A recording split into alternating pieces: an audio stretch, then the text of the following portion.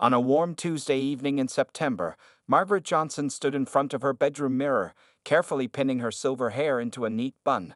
At 73 years old, she carried herself with the same grace and dignity that had guided her through 40 years of teaching at Lincoln Elementary School. Her weathered hand smoothed down the front of her favorite navy blue dress, the one she had bought 5 years ago to celebrate her retirement. Margaret lived alone in a small but tidy house on the east side of town. The walls were covered with photos of her only son, Marcus, from his first steps to his college graduation. She was especially proud of the newspaper clipping from last year that showed him being named one of the city's most successful young entrepreneurs. What the article didn't mention was how she had worked 2 jobs, teaching during the day and cleaning offices at night, to put him through the best schools after his father passed away. As she put on her pearl earrings, a gift from Marcus on her 70th birthday, her phone buzzed with a text message. It was from her friend Betty. "Are you sure you want to go to Le Petit Jardin alone? I can come with you." Margaret smiled and typed back, "Thank you, dear, but I'll be fine. Just want to try this famous French food everyone's talking about." What Margaret didn't tell Betty was that Le Petit Jardin had been bought by Marcus 3 months ago.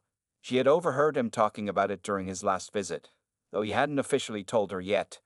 That was just like her son, always working on new projects, always pushing forward. He had started with a small coffee shop 10 years ago, and now he owned 5 successful restaurants across the city. Margaret had made her reservation for 6:30 p.m., deliberately choosing not to mention her connection to the new owner. She wanted to experience the restaurant just like any other customer would. After all, she had spent her entire life teaching children to judge others by their character, not their connections or the color of their skin. As she gathered her small purse and house keys, Margaret paused to look at her favorite photo of Marcus.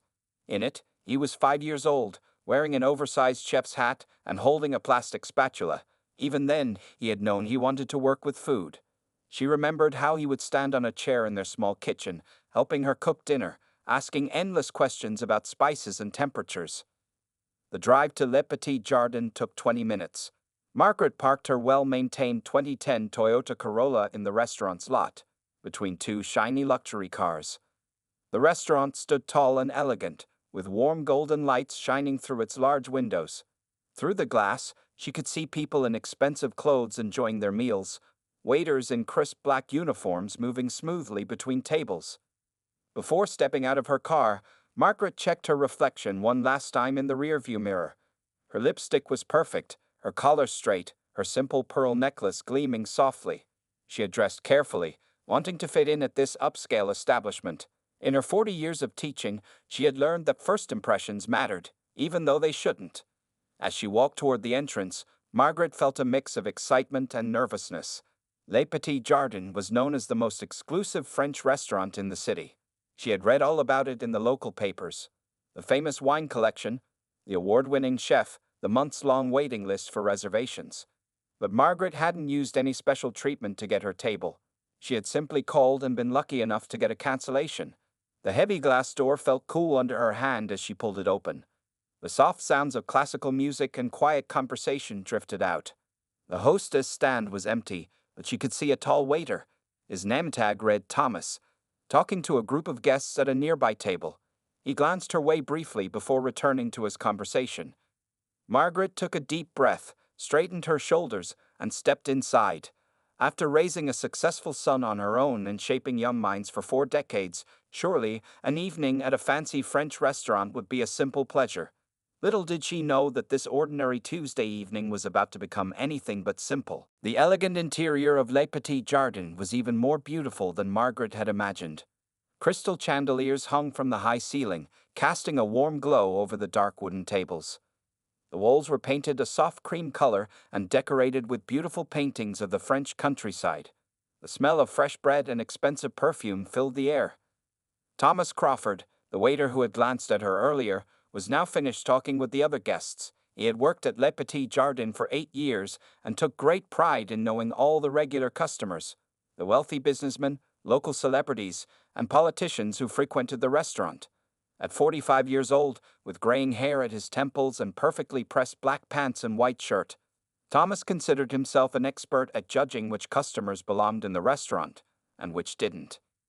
When he saw Margaret standing by the hostess stand, Thomas deliberately took his time walking over. He stopped to refill water glasses and adjust table settings that didn't need adjusting. Through the corner of his eye, he watched as two more groups came in after Margaret, a young couple in designer clothes and a group of businessmen in expensive suits. Finally, after making Margaret wait for 5 minutes, Thomas approached her. "Do you have a reservation?" he asked, his voice cool and dismissive. He didn't bother to greet her or smile. "Yes," Margaret replied politely, her hands clasped in front of her navy blue dress. "It's under Johnson for 6:30. Thomas made a show of checking the reservation book, flipping through pages slowly. "I'm afraid I don't see your name here," he lied, having not really looked at all. "Perhaps you're mistaken about the date?" Margaret stood straighter, remembering how she had confirmed her reservation just that morning. "I called to confirm this morning," she said calmly. "The young lady I spoke to assured me everything was set." While they were talking, the young couple who had come in after Margaret approached the hostess stand. Without even checking the book, Thomas turned to them with a warm smile. "Mr. and Mrs. Peterson, welcome back. Your usual table is ready for you." He quickly led them to a prime table by the window, leaving Margaret standing alone. When Thomas returned, he found Margaret still waiting patiently. More guests had arrived. A group of ladies in expensive jewelry, another couple in fine clothes. Thomas seated each of them immediately, making excuses to Margaret about reserved tables and kitchen capacity. "I'm happy to wait," Margaret said quietly, watching as people who arrived after her were seated one by one. Her comfortable shoes were a blessing now as she stood for 15, then 20 minutes. A few of the younger guests shot her sympathetic looks, but no one spoke up. The restaurant was getting busier. Waiters rushed past with steaming plates of beautifully arranged food. The bar area filled with people ordering cocktails and wine. The sound of laughter and conversation grew louder. And still, Margaret waited. Finally, after almost 30 minutes, Thomas returned to where Margaret stood. His face showed no shame as he said, "I'm sorry, we're fully booked for the evening. Perhaps you'd be more comfortable at one of the diners downtown. The food there might be more suitable for your tastes." Margaret felt her heart sink, but her face remained calm.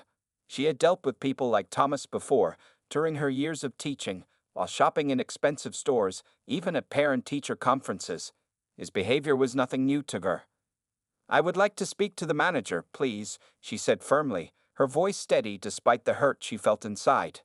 Thomas's lip curled slightly. "The manager is very busy with important guests right now. I suggest you try somewhere else."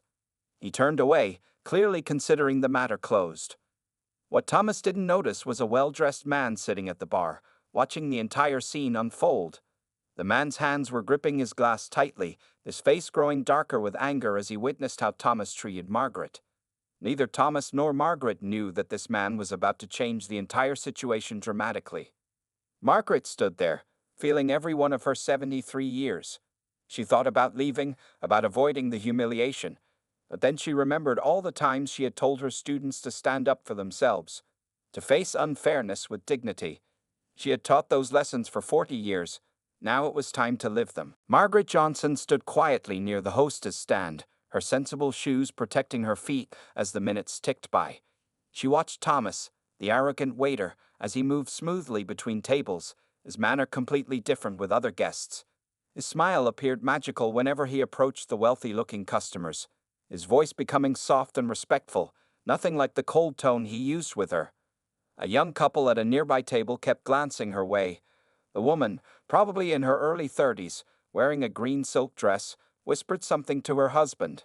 He frowned and looked at Thomas, then back at Margaret. Margaret gave them a small, gentle smile, the same smile she had used countless times during her teaching years when students felt uncomfortable about difficult situations. Two teenage girls sitting with their parents at another table were less subtle. One of them, wearing braces and a pink dress, stared openly at Margaret, then pulled out her phone and started typing quickly. Her friend leaned over to look at the screen, both of them throwing angry glances at Thomas. Margaret recognized that look of outrage. She had seen it on her students' faces whenever they witnessed unfairness in the world. As she waited, Margaret's mind wandered to a similar incident 30 years ago. She had taken young Marcus to an expensive ice cream shop after he got straight A's in school.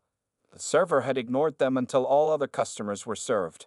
Marcus, only 12 then, had wanted to leave, but Margaret had insisted they stay. Sometimes, she had told him, staying calm in the face of rudeness is more powerful than any angry response.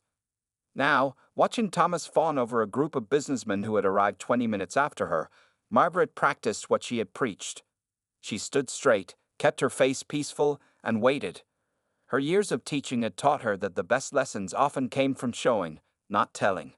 A young waiter, probably new to the job, approached Thomas and whispered something while pointing discreetly at Margaret. Thomas waved him away with a sharp gesture. The young man's face turned red, and he hurried back to the kitchen, throwing an apologetic look Margaret's way. The restaurant had grown fuller and louder. The smell of expensive French cuisine filled the air, roasted garlic, fresh herbs, and perfectly cooked meats. Margaret's stomach reminded her that she hadn't eaten since lunch, but she ignored her hunger. She had faced bigger challenges in her life than a rude waiter and an empty stomach. Finally, after watching Thomas seat 3 more groups of guests, Margaret decided to try one more time. She waited until he passed near her, then spoke in the clear, firm voice she had used in her classroom for 40 years. "Excuse me, Mr. Thomas," she said, reading his name tag again. "I've been waiting for quite some time now. I would really appreciate speaking with your manager." Thomas stopped, his face showing annoyance at being addressed so directly. "As I mentioned before," he said, his voice dripping with false politeness, "we are completely full this evening. Perhaps you misunderstood the type of establishment this is. We have certain standards to maintain." The couple at the nearby table stopped eating, their forks frozen halfway to their mouths. The teenage girls started recording on their phones. Even some of the kitchen staff, visible through the swinging doors, paused to watch. Margaret felt her cheeks warm slightly, but her voice remained steady. "I understand your standards perfectly," she replied, thinking of all the times she had taught her students about respect and dignity. "I also understand the difference between good service and discrimination. Now will you please get your manager?" Thomas's face hardened. He leaned closer and lowered his voice, though several people could still hear him. "Listen," he said, "I'm trying to be polite, but you're making our other guests uncomfortable. There are plenty of other restaurants that would be more appropriate for someone like you. I suggest you try one of those." What Thomas didn't notice was that the well-dressed man at the bar had now turned fully in their direction. His hands were clenched into fists, and his face showed a mixture of pain and controlled anger. He seemed to be waiting for something, watching the scene unfold like a storm about to break. Margaret adjusted her pearl necklace, a nervous habit she had developed over the years. She thought about leaving, about avoiding further humiliation, but then she remembered all the students she had taught over 4 decades, how she had always encouraged them to stand up for what was right. She couldn't walk away now. She owed it to them, to herself, and to every person who had ever faced such treatment to stand her ground. Marcus Johnson had arrived at Le Petit Jardin an hour earlier, dressed in a perfectly tailored dark blue suit. Nobody at the restaurant recognized him as the new owner. That was exactly how he wanted it. At 38 years old, Marcus had built his restaurant empire by staying in touch with what really happened in his businesses, not just what managers reported to him. He sat quietly at the corner of the bar, sipping sparkling water and watching his newest acquisition in action. The bartender had been polite but not overly friendly, treating him like any other customer. Marcus made mental notes about the service, the cleanliness, and the overall atmosphere.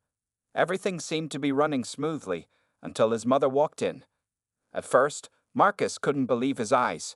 He hadn't known his mother was planning to visit the restaurant. She hadn't mentioned it during their weekly Sunday phone call 2 days ago. Then again, Margaret Johnson had always been independent, never wanting special treatment, especially from her son. His hand tightened around his glass as he watched Thomas, the senior waiter, deliberately ignore his mother. Marcus had read Thomas's employee file just last week. 8 years of experience, excellent reviews from certain customers, though there had been a few complaints that the previous owner had dismissed. Every muscle in Marcus's body wanted to stand up and intervene, but years of business experience had taught him to wait and observe. He needed to see exactly how his staff behaved when they didn't know the owner was watching. Still, watching his mother being disrespected made his blood boil. Through the bar's mirror, Marcus could see other customers becoming uncomfortable with the situation. Two teenage girls were recording everything on their phones. A young couple at a nearby table whispered and frowned. Even some of the kitchen staff, peeking through the swinging doors, looked upset. Marcus thought back to his childhood, remembering how his mother had handled similar situations. Margaret Johnson had never raised her voice or lost her composure. Instead, she had taught him that dignity and persistence were the most powerful responses to prejudice. He had used those lessons throughout his life, especially when building his business in an industry that wasn't always welcoming to young black entrepreneurs. A young waiter approached Thomas, obviously concerned about the situation. Marcus watched as Thomas dismissed him rudely. He made another mental note: that young man had good instincts and deserved recognition. Thomas, on the other hand, was showing exactly why unannounced inspections were so important. The restaurant's atmosphere had changed. Despite the soft music playing and the clinking of expensive wine glasses, there was tension in the air. More and more customers were noticing the scene near the entrance. Some looked embarrassed, others angry, but no one spoke up. Marcus checked his watch. His mother had been standing there for almost 30 minutes now. He remembered how she used to stand for hours during parent-teacher conferences, never complaining about her tired feet. She had worked 2 jobs to put him through college, often standing all day teaching and then all evening cleaning offices. Now, in her retirement years, she was being forced to stand and wait by someone who didn't think she belonged in an upscale restaurant. The irony wasn't lost on Marcus. His mother had spent her life teaching children to be kind and fair, and now she was experiencing such unfair treatment in his own restaurant. He had bought Le Petit Jardin 3 months ago, planning to make it the crown jewel of his restaurant group. He hadn't announced his ownership yet, wanting to observe and understand the restaurant's culture first. Now, he was seeing that culture in its ugliest form. When Thomas leaned in close to his mother and suggested she try a different restaurant, Marcus felt his last bit of patience vanish. He watched his mother adjust her pearl necklace, a gesture he knew meant she was upset, but controlling her emotions. The pearls had been his gift to her on her 70th birthday, bought with the profits from his first successful restaurant. Marcus stood up slowly, straightening his suit jacket. The time for watching was over. He had seen enough. As both a son and a business owner, he knew exactly what needed to be done next.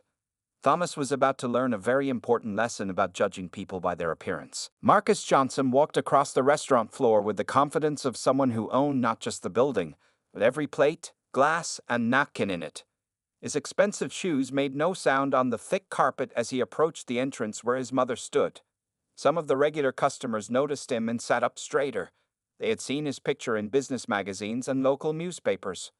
Thomas was still standing near Margaret, his face showing irritation at her continued presence. He didn't notice Marcus approaching until a shadow fell across the reservation book. When Thomas turned around, his annoyed expression quickly changed to one of recognition and fear. His face turned pale as he realized who was standing in front of him. Mr. Johnson. Thomas stammered, straightening his tie nervously. I didn't know you were here tonight. We would have prepared your usual table. But Marcus walked past him as if he didn't exist. Instead, he went straight to Margaret and wrapped her in a warm hug. "Mom," he said loudly enough for everyone to hear, "I wish you had told me you were coming to my restaurant tonight. I would have been here to welcome you properly." The entire restaurant fell silent. Even the soft background music seemed to fade away. The only sound was the quiet clinking of a glass dropping from Thomas's suddenly shaky hands onto the carpet. The teenage girls who had been recording everything gasped audibly. Margaret hugged her son back, then pulled away to look at him with a mixture of love and mild scolding. "Marcus Johnson," she said in her teacher voice, "you didn't tell me you bought Le Petit Jardin. I had to hear it from Mrs. Wilson at church." Marcus smiled, keeping one arm around his mother's shoulders. "I wanted to surprise you, Mom, but it looks like you surprised me instead." He turned to face Thomas, who had gone from pale to almost green. "Thomas, I see you've met my mother, Mrs. Johnson. She taught at Lincoln Elementary for 40 years. She worked 2 jobs to put me through college.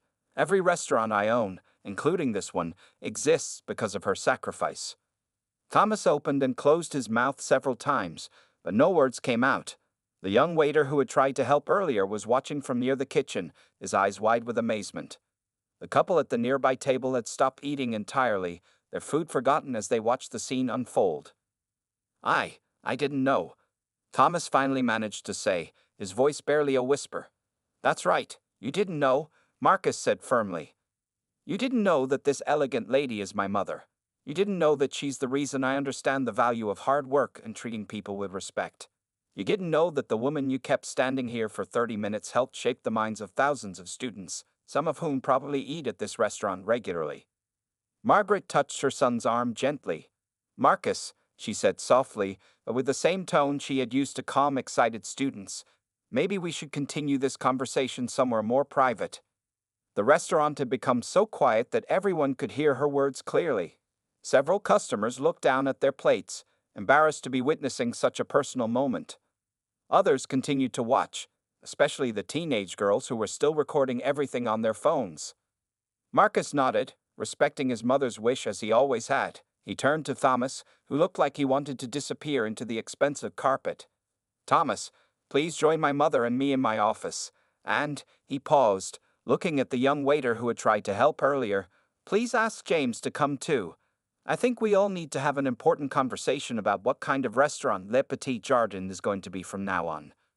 As Marcus led his mother toward the back office, customers began to whisper among themselves. Some were already pulling out their phones, no doubt sharing what they had just witnessed. The teenage girls were furiously typing on their phones, likely posting about what they had seen on social media. Thomas followed behind Marcus and Margaret, his steps heavy with the weight of his actions. He knew that this night would change everything, not just for him, but for the entire restaurant. What he didn't know was that Margaret Johnson was about to teach him the most important lesson of his career, just as she had taught countless students over her 40 years in education. The owner's office at Le Petit Jardin was elegant but simple, with dark wooden furniture and soft lighting.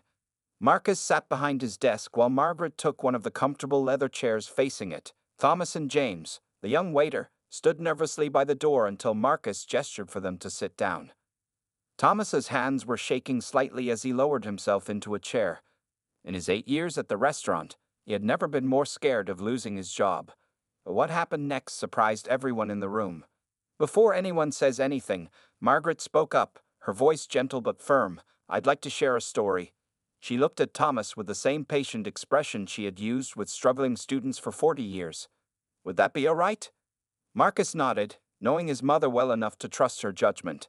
James leaned forward slightly, curious. Thomas just stared at his hands, unable to meet anyone's eyes. When Marcus was 12, Margaret began, smoothing her navy blue dress. "We went to an ice cream shop to celebrate his straight A's. We stood at the counter for 20 minutes while the server pretended not to see us." She paused, letting the words sink in. "Marcus wanted to leave, but I made him stay. Do you know why?" Thomas shook his head slightly, still looking down. "Because running away from unfairness doesn't fix it," Margaret continued. "That day, we waited until the server had no choice but to help us. Then I left him the biggest tip he probably ever received, along with a note that said, 'Thank you for teaching my son a valuable lesson about dignity.'" For the first time since entering the office, Thomas looked up. His eyes were wet with tears of shame. "That server came to my classroom 2 days later," Margaret said, her voice warm with the memory. "He apologized and asked if he could speak to my students about treating people fairly. He became one of our regular classroom speakers about respect and dignity." James, the young waiter, was listening intently, his face showing understanding and admiration. Marcus watched his mother with pride, remembering that day at the ice cream shop and how it had shaped his own approach to business. "Thomas," Margaret said gently, "I've spent 40 years teaching children that every person deserves respect, that their worth isn't determined by their clothes, their skin color, or how much money they have. Would you like to know what I saw in you tonight?" Thomas nodded slowly, his face flushed with shame. "I saw someone who has forgotten that serving people isn't just about carrying food to tables. It's about treating each person who walks through that door as a human being worthy of respect." Margaret reached into her purse and pulled out an old, worn photograph. "This is my class from 1985. Look at their faces. Different colors, different backgrounds, but all eager to learn and grow." She handed the photo to Thomas, who took it with trembling hands. The picture showed a younger Margaret surrounded by smiling children of various races and backgrounds. "Those children taught me as much as I taught them," Margaret continued. "They showed me that change is possible, that prejudice can be unlearned, that it's never too late to become a better person. Marcus watched as his mother did what she did best: turn a difficult moment into a teaching opportunity. He had seen her do this countless times throughout his childhood, but it still amazed him. "I don't want to fire you, Thomas," Marcus finally spoke, his voice firm but not unkind. "I want you to learn from this experience, just like that ice cream server did years ago. Are you willing to do that?" Thomas looked up, his eyes moving from Marcus to Margaret, then to James. "Yes," he whispered, then cleared his throat and said more firmly, "Yes, I want to learn. I want to do better." Margaret smiled, the same smile that had encouraged thousands of students over the years. "Then this evening hasn't been wasted after all," she said. "Sometimes the most important lessons come from our biggest mistakes." James, who had been quiet until now, raised his hand slightly, an unconscious gesture in the presence of a teacher. "Mrs. Johnson," he said, "would you be willing to help us make this restaurant a place where everyone feels welcome?" The look of pride on Marcus's face grew even stronger as he watched his mother's eyes light up at the suggestion. He knew that look well. It was the same one she had worn when he told her he wanted to open his first restaurant.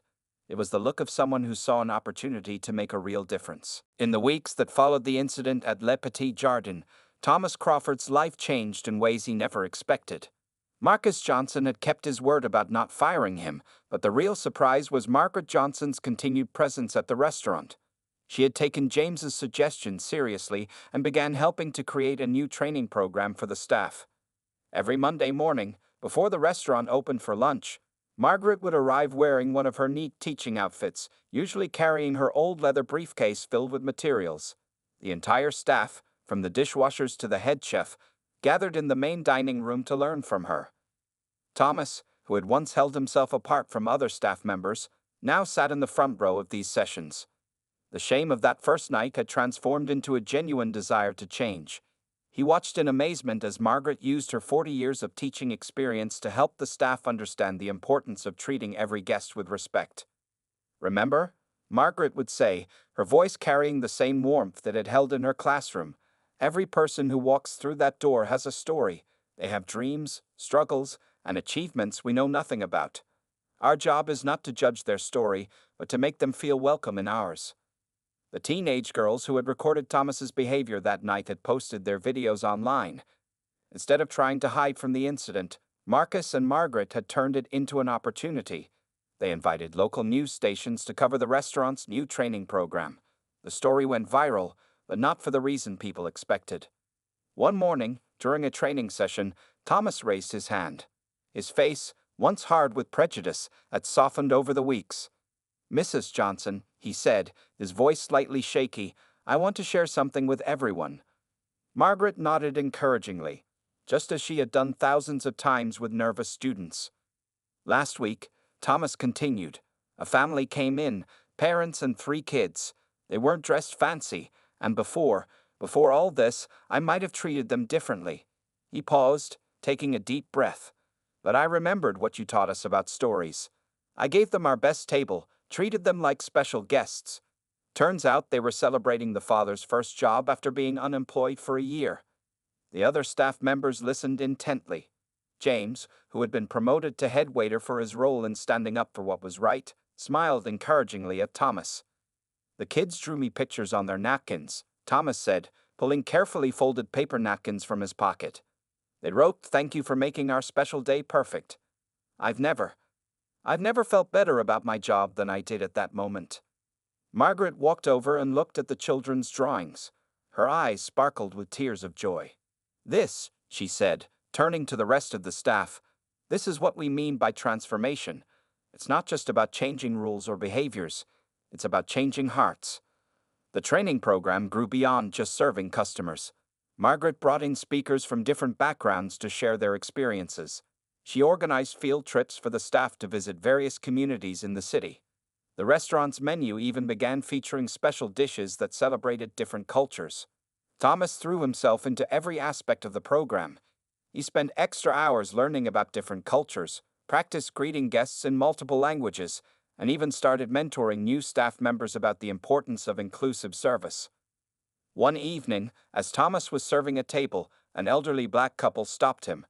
"We heard about what happened here," the woman said. "And we heard about how you changed. That's why we chose to celebrate our 50th anniversary here." Thomas felt tears in his eyes as he served them. Later that night, he found Margaret in her son's office, helping with paperwork. "Mrs. Johnson," he said softly, "I never thought I could change. But you believed I could, even after how I treated you. Why?" Margaret looked up from her papers and smiled. "Because in 40 years of teaching, I learned one important thing. People can always change if you give them the chance to learn and grow. Sometimes they just need someone to believe in them first." The restaurant had become more than just a place to eat fine French food. Under Margaret's guidance, it had become a place of learning, growth, and transformation. And Thomas, once the symbol of discrimination, had become living proof that change was possible. 1 year had passed since the night Margaret Johnson stood waiting at Le Petit Jardin's entrance. The restaurant had changed so much that regular customers from the old days barely recognized it. The elegant French decor remained, but there was something different in the air, a warmth that went beyond the fancy chandeliers and expensive wine. On a busy Saturday evening, Thomas stood at his familiar spot near the entrance, but his posture and smile were completely different from a year ago. He was welcoming a group of retired teachers. Margaret's monthly dinner party had become one of the restaurant's most beloved traditions. "Welcome to Le Petit Jardin," Thomas said warmly, his eyes twinkling with genuine pleasure. "Mrs. Johnson is already at her usual table. She's been excited about tonight's gathering."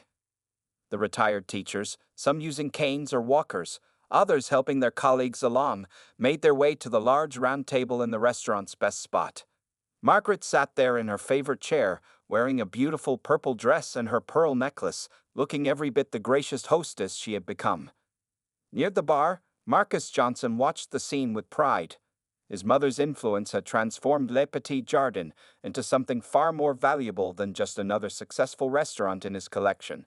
It had become a model for change, featured in business magazines and social justice publications alike. The new motto, carved in elegant letters above the entrance, read, "Every guest is family," but it wasn't just words on a wall. Thomas, now the head of staff training, made sure every new employee understood the story behind those words. "This is where I learned my most important lesson," he would tell each new hire, standing in the exact spot where he had once made Margaret wait.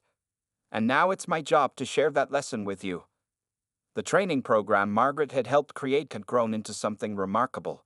Every month, restaurant owners from across the country visited Le Petit Jardin to learn how to make their own establishments more welcoming and inclusive. The teenage girls who had recorded Thomas's transformation a year ago were now part-time employees, working weekends while attending college. James, the young waiter who had tried to help Margaret that first night, had been promoted to restaurant manager.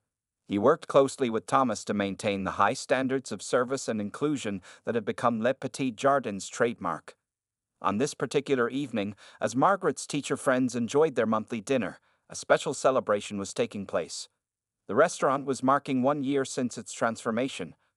Marcus had arranged for a local children's choir to perform, many of them grandchildren of Margaret's former students. As the children sang, Thomas moved around the restaurant, making sure every guest felt special. He stopped at a table where a young black couple was celebrating their engagement. "Your ring is beautiful," he said to the bride-to-be, "just like your love story. Would you allow us to serve you our special celebration dessert? It's not on the menu. It's something we reserve for moments like this." Margaret watched Thomas from her table, her eyes filling with happy tears. She remembered that difficult night a year ago and how close Thomas had come to losing his job. Instead, he had found his true calling, teaching others what he had learned about respect, dignity, and human worth. Near the end of the evening, Marcus stood up to make a special announcement. 1 year ago, he said, his voice carrying across the quiet restaurant, this place was just another expensive French restaurant.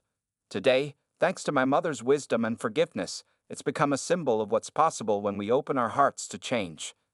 He raised his glass toward Margaret. "Mom, you spent 40 years teaching children about respect and dignity. Now, in your retirement, you're still teaching, and your classroom has grown even bigger." The entire restaurant burst into applause. Even the kitchen staff came out to join the celebration. Thomas stood near Margaret's chair, no longer the prejudiced waiter of a year ago, but a changed man who had learned that true service came from the heart. As the evening wound down, a young family walked in, clearly unsure if they were in the right place. Thomas hurried to greet them, his warm smile making them feel instantly at home. Margaret watched with satisfaction as he led them to a table, treating them like the most important guests of the evening. Le Petit Jardin had become more than just a restaurant. It had become a place where people came not just to eat, but to experience what was possible when prejudice was replaced with understanding, when judgment gave way to acceptance, and when one person's courage to stand up for dignity inspired others to change.